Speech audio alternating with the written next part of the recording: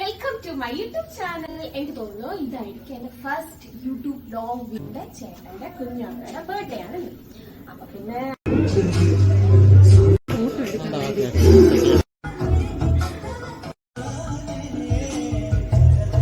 163 subscribers ആയിട്ട് base ഉണ്ട്. 163 YouTube channel hi welcome to my YouTube channel. എനിക്ക് തോന്നുന്നു ഇതായിരിക്കും എന്റെ first YouTube vlog video. Views കിട്ടുക അതറിഞ്ഞൂടെ, അത് വിട്ടേക്ക്. എന്തായാലും ഈ വീഡിയോ നിങ്ങൾ കാണുന്നുണ്ടെങ്കിൽ സബ്സ്ക്രൈബ് ചെയ്തേക്ക്. എന്തായാലും നിങ്ങൾക്ക് നിരാശപ്പെടേണ്ടി നല്ല അടിപൊളി ബോർഡ് കണ്ടിട്ട് എന്തായാലും. അപ്പൊ ഇന്ന് ഞാൻ ഇനി ഒരുങ്ങി നിൽപ്പുണ്ട്. വേറെ ഒന്നുമല്ല, എന്റെ ചേട്ടന്റെ കുഞ്ഞമ്മയുടെ ബർത്ത്ഡേ ആണ്. അപ്പൊ പിന്നെ അവൻ കുഞ്ഞാണല്ലോ, അവൻ എൻജോയ് ചെയ്യുന്നതിനൊക്കെ ഒരു ലിമിറ്റ് ഉണ്ടല്ലോ. എനിക്കതിന് ലിമിറ്റ് ഇല്ലല്ലോ. അപ്പൊ ഞാൻ ആവശ്യത്തിലധികം ആർഭാടമായിട്ടുണ്ട്. അപ്പൊ നമുക്ക് ഇന്നത്തെ ഫുൾ വ്യൂ കാണാൻ പറ്റുമെന്ന് അറിയില്ല, എന്നാലും ഞാൻ മാക്സിമം പറ്റുന്നത് ഷൂട്ട് ചെയ്യാം. ഞാൻ നിങ്ങൾക്ക് കാണിച്ചു തരാം. നിങ്ങൾക്ക് കാണുമ്പോൾ ഇൻട്രസ്റ്റ് ഉണ്ടാവുമെന്ന് അറിയില്ല, പക്ഷെ എടുക്കുന്ന എനിക്ക് ഭയങ്കര ഇൻട്രസ്റ്റ് ആയിരിക്കും എന്തായാലും. അപ്പൊ നമുക്ക് നെക്സ്റ്റ് വീഡിയോയിലേക്ക് നോക്കാം. ബർത്ത്ഡേ ആകുമ്പോഴത്തേനും കുറച്ച് പ്രിപ്പറേഷൻസ് ഉണ്ടാവുമല്ലോ. കുരുപ്പ് എത്രയേ ഉള്ളൂ, അതുകൊണ്ട് അവന് വലിയ പ്രിപ്പറേഷൻ ഒന്നുമില്ല. അവന്റെ അമ്മയ്ക്ക് നല്ല പ്രിപ്പറേഷൻസ് ഉണ്ട്. നമുക്കപ്പം അവിടെ എന്തായാലും നോക്കിയിട്ട് വരാം. എല്ലാം കയറാൻ പറ്റിയ അവസ്ഥയിലേക്ക് നമുക്ക് 80+ കണ്ടന്റ് ആയിപ്പോ മോക്കി വിട്ടേക്ക്. ഇത് കൊച്ചിന്റെ മാമൻ എന്റെ യൂട്യൂബ് ചാനലിനെ കുറിച്ച് വലിയ അഡ്വക്കേറ്റാ. കോടതി മാത്രമേ വാദിക്കാറില്ല, യൂട്യൂബ് ചാനലിൽ വാദിക്കാറില്ല. പല കാര്യങ്ങളും രഹസ്യമായിട്ട് ചെയ്യുന്ന പല കാര്യങ്ങളും യൂട്യൂബിൽ വീട്ടിൽ പോയ കാര്യം അവരുടെ പ്രിപ്പറേഷൻ നമുക്ക് പിന്നെ കാണാം. നമുക്ക് താഴെ പോയി ഡെക്കറേഷനും ബാക്കി കാര്യങ്ങളൊക്കെ നോക്കി. നമുക്ക് താഴെ വെളിയിലാണ് ഡെക്കറേഷനും കാര്യങ്ങളൊക്കെ ചെയ്തിട്ടുള്ളത്. അപ്പൊ നമുക്ക് ജസ്റ്റ് അതൊന്ന് പോയി കണ്ടിട്ട് വരാം. ഇപ്പൊ ലൈറ്റ് ഒന്നും ഇല്ലാതെ വലിയ ഗുമ്മാണ്. ചെറിയൊരു കോപ്പിറൈറ്റ് ഇഷ്യൂ വരാൻ ചാൻസ് ഉള്ളതുകൊണ്ട് ഞാൻ അവിടെ അങ്ങ് മ്യൂട്ട് ചെയ്തു. വേറെ ഒന്നുമില്ലാതെ ഇവിടെ ഒരു ചായക്കട ഉണ്ടാവും, പിന്നെ ലാസ്റ്റ് സ്റ്റെപ്പ് ഓഫ് ഡെക്കോർ നടന്നുകൊണ്ടിരിപ്പുണ്ട്, പിന്നെ അപ്പുറത്ത് ഫുഡുണ്ട്, പിന്നെ ഞങ്ങളെല്ലാം റെഡിയായി നിപ്പുണ്ട്. അങ്ങനെ മൊത്തത്തിലെല്ലാം സെറ്റാണ്. ഇനി എങ്ങനെയാണ് ഫംഗ്ഷൻ എന്നുള്ളത് നമുക്ക് തുടങ്ങിക്കഴിഞ്ഞിട്ട് കാണാം.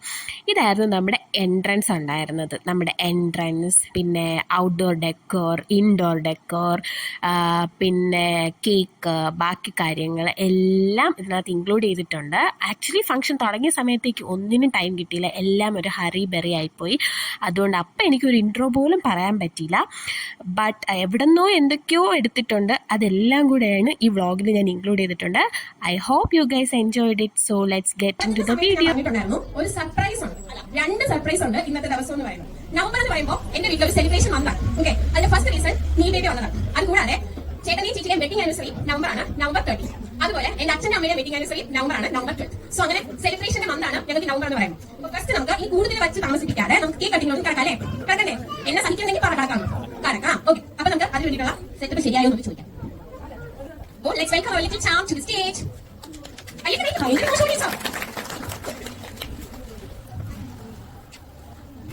ഇനി കേക്ക് കട്ടിയുമ്പോൾ ഹാപ്പി ബർത്ത്ഡേ പറഞ്ഞ സൗണ്ട് ഉണ്ടാവോ?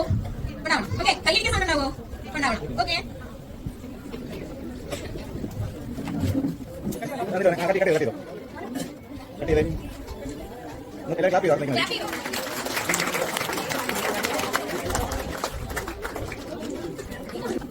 ഓക്കെ.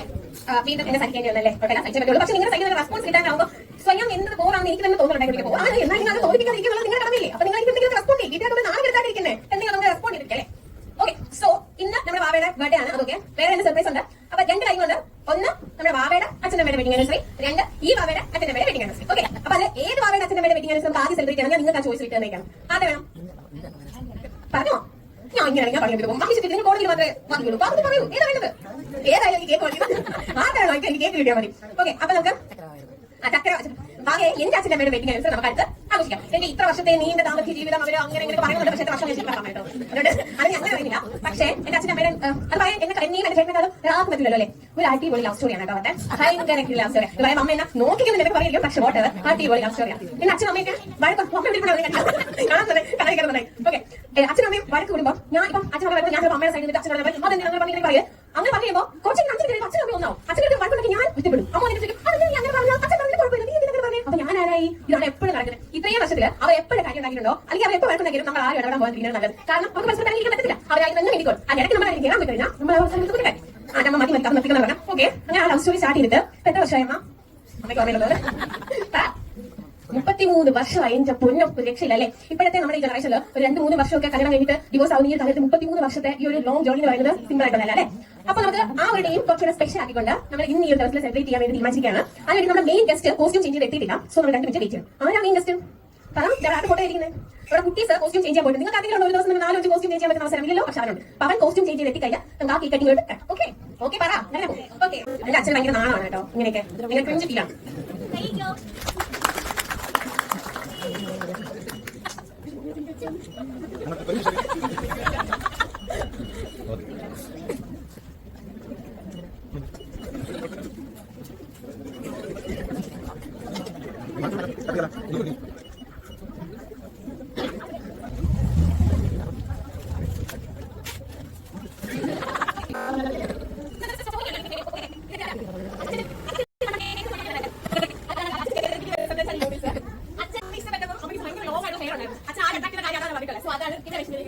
പിന്നെ ഫസ്റ്റ് മീറ്റ് ചെയ്തത് അച്ഛൻ പ്രപ്പോസ് ചെയ്തതും അമ്മ റിജക്ട് ചെയ്തതും അത് കഴിഞ്ഞ് ഈ അംബാസഡർ ഒരു കഥയുണ്ട്.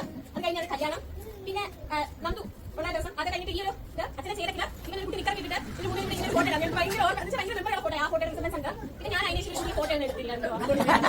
പിന്നെ ഞങ്ങളുടെ ഫാമിലി ഗ്രാൻഡ് പാരൻസ് ആയ ദിവസം ഞങ്ങളുടെ ഫാമിലി ഫോട്ടോ ഇൻക്ലൂഡിംഗ് ഇവിടെ പെറ്റ് അറിയത്തില്ല. പക്ഷേ ഒരു സ്റ്റോറിയാണ് ഈ ഫ്രെയിം. ഓക്കെ ഇഷ്ടപ്പെട്ടു ഞാൻ. ഓക്കെ നെക്സ്റ്റ് നമുക്ക് ഇനി ഒരു ഗിഫ്റ്റ് ഉണ്ട്. ഗിഫ്റ്റ് നിങ്ങൾ ഓക്കെ നെക്സ്റ്റ് ഗിഫ്റ്റ് മോന്റെ വകയാണ്. അങ്ങനെയല്ല സോറി നമ്മൾ പറഞ്ഞു മോന്റെ വക തന്നെയാണ്. സോ നമുക്ക് അങ്ങനെ കാണാം അല്ലേ. ഞാൻ ഇവിടെ ഒന്ന് ഫ്രെയിമിൽ കയറട്ടെ.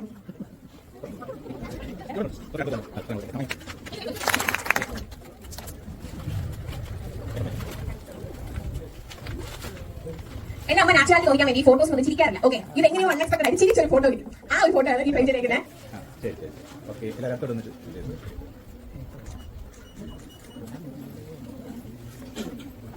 ഓക്കെ ഇനി ഇവർക്ക് ഫ്രെയിമിംഗ് ആകാൻ ടൈമായി. ഓക്കെ അടുത്ത നമ്മൾ ഇവന്റ് ഏതാന്ന് ഓർമ്മയുണ്ടോ? ഓർമ്മയില്ല? അതെ രേവതിയുടെയും അക്ഷയുടെയും വെഡിങ് ആനിവേഴ്സറി. സോ അതിന്റെ ഒരു കേക്ക് കട്ടിംഗ് ആണ് അടുത്ത് അല്ലെ.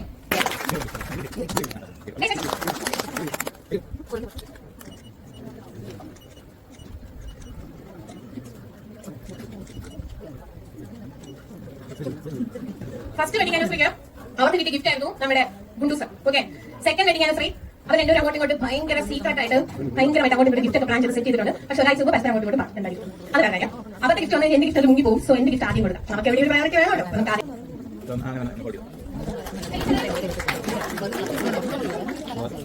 ഈ ഗിഫ്റ്റിന്റെ സാധാരണ നമ്മുടെ വീട്ടിലെ ചോക്ലേറ്റ് മേടിച്ചു കഴിഞ്ഞാൽ കഴിക്കുന്ന ആരാ? കൊച്ചുകുട്ടിയല്ലേ. ഇവിടെ കൊച്ചുകുട്ടിയല്ല വേദു. അതിനാണ് ഡയറി മിൽക്ക്. പിന്നെ ഭാര്യയും ഭർത്താവും കൂടെ സ്കിൻ കെയർ ഉണ്ട്. സോ അവർക്ക് വേണ്ടിയിട്ട് ഷീറ്റ് മാസ്ക്.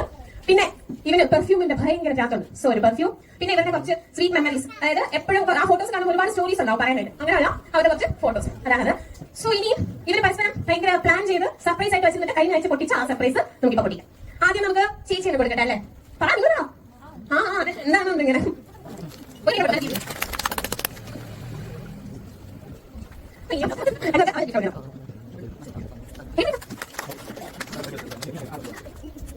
ഇന്നത്തെ ബർത്ത്ഡേ ബോയ്ക്ക് ഒരുപാട് ഗിഫ്റ്റ് ഉണ്ടാവില്ല കൊടുക്കാനായിട്ട്. ഫസ്റ്റ് അതിന് മുമ്പ് വീണ്ടും എനിക്ക് പ്രയോറിറ്റി ഞാൻ കൊടുക്കുകയാണ്. സോറി ഇവിടെ വന്നു കഴിഞ്ഞാൽ നിങ്ങളെ സപ്പോർട്ട് ചെയ്യുന്നില്ല. അപ്പൊ എനിക്ക് ഫുൾ പ്രയോറിറ്റി.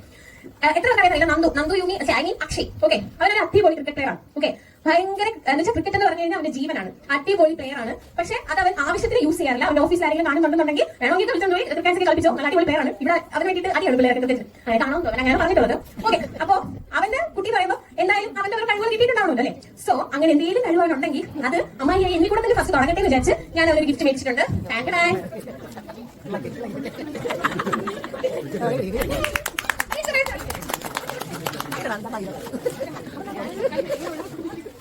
എങ്ങനെ ഭർത്താവിന്റെ ഞായറാഴ്ചയുള്ള കളി ഒഴിവാക്കാന്ന് ഭാര്യ ഇവിടെ നോക്കുമ്പോൾ അമ്മായി ഞാൻ കൊച്ചിന് അടിച്ചു പിടിക്കാൻ ബാറ്റ് ബോൾ മേടിച്ചു കൊടുത്തിട്ടുണ്ട്. അപ്പൊ എന്റെ ഗുഡ്ഡൂസ് അടിപൊളി ക്രിക്കറ്റ് പ്ലെയർ ആണ്. അതിനെ പോലെ ഓക്കെ സെറ്റ്.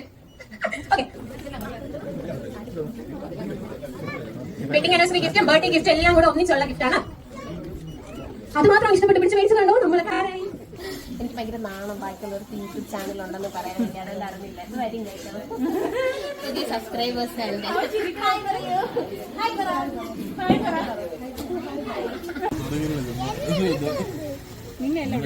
എന്റെ വേറൊരു സബ്സ്ക്രൈബർ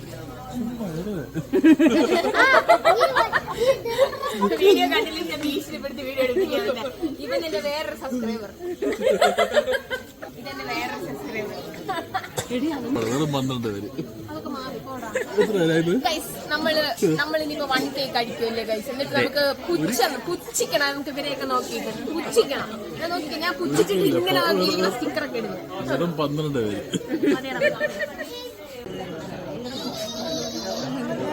ഇത് നമ്മള് മറ്റേതായിട്ട് വരും. Gift unboxing video. ബർത്ത്ഡേയുടെ കാര്യമൊക്കെ കഴിഞ്ഞ് ഫുള്ള് അടിപൊളിയായിരുന്നു. നിങ്ങൾ കണ്ടിട്ടുണ്ടാവുമല്ലോ. സോ മൊത്തത്തിൽ ടയേർഡാണ്. നാളെ ഇനി സൺഡേ ആയതുകൊണ്ട് ഓഫീസിൽ പോകണ്ട. സോ കടന്നുറങ്ങണം. അത്രേ ഉള്ളൂ. അപ്പൊ വീഡിയോ എല്ലാവരും എൻജോയ് ചെയ്ത് വിചാരിക്കുന്നു. നെക്സ്റ്റ് വീഡിയോ കാണാം.